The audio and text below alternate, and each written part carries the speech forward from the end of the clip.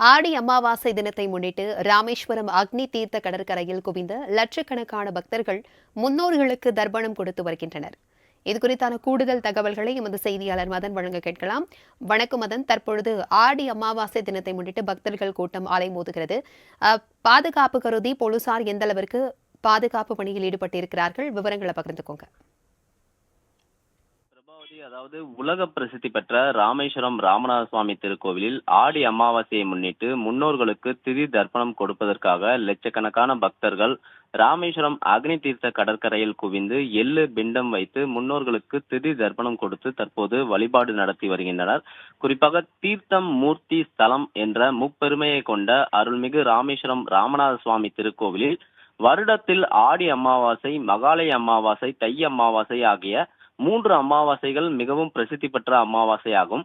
இன்று ஆடி மாத பெரிய அமாவாசை என்பதால் தமிழகத்தின் மதுரை, திருச்சி, ராமநாதபுரம், கோயம்புத்தூர் உள்ளிட்ட பல்வேறு மாவட்டங்களிலிருந்தும் கர்நாடகா, ஆந்திரா, மகாராஷ்டிரா, தெலுங்கானா உள்ளிட்ட பல்வேறு மாநிலங்களிலிருந்தும் வந்திருந்த லட்சக்கணக்கான பக்தர்கள் தம்மோடு வாழ்ந்து மறைந்த முன்னோர்களுக்கு திதி தர்ப்பணம் கொடுத்து வழிபாடு நடத்துவதற்காக ராமேஸ்வரம் அக்னி தீர்த்த கடற்கரையில் குவிந்து முன்னோர்களுக்கு எள்ளு பிண்டம் வைத்து அக்னி தீர்த்த கடற்கரையில் கரைத்து பித்ரு வழிபாடு நடத்தி வருகின்றனர். ராமநாத சுவாமி திருக்கோவில் அக்னி தீர்த்த கடற்கரையில் புனித நீராடி 22 புனித தீர்த்தங்களில் நீராடி ராமநாத சுவாமி மற்றும் பர்வதவர்தினி அம்பாளை தரிசனம் செய்தால் தங்களது பாவம் நீங்கி மோட்சம் கிடைக்கும் என்பது ஐதீகம். அதனை கடைபிடிக்கும் விதமாக இன்று ஆடி மாத அமாவாசை என்பதால் ஏராளமானோர் தங்கள் முன்னோர்களுக்கு திதி தர்ப்பணம் கொடுத்து வழிபாடு அக்னி தீர்த்த கடற்கரையில் நடத்தி வருகின்றனர். அதன்பின் அக்னி தீர்த்த கடற்கரையில் புனித நீராடிய பின்னர் புண்ணிய தீர்த்தமான 22 புனித தீர்த்தங்களில் கோவிலுக்குள் நீண்ட வரிசையில் காத்திருந்து புனித நீராடி ராமநாத சுவாமி மற்றும் பர்வதவர்தினி அம்பாளை ஏராளமான பக்தர்கள் தரிசனம் செய்து வருகின்றனர்.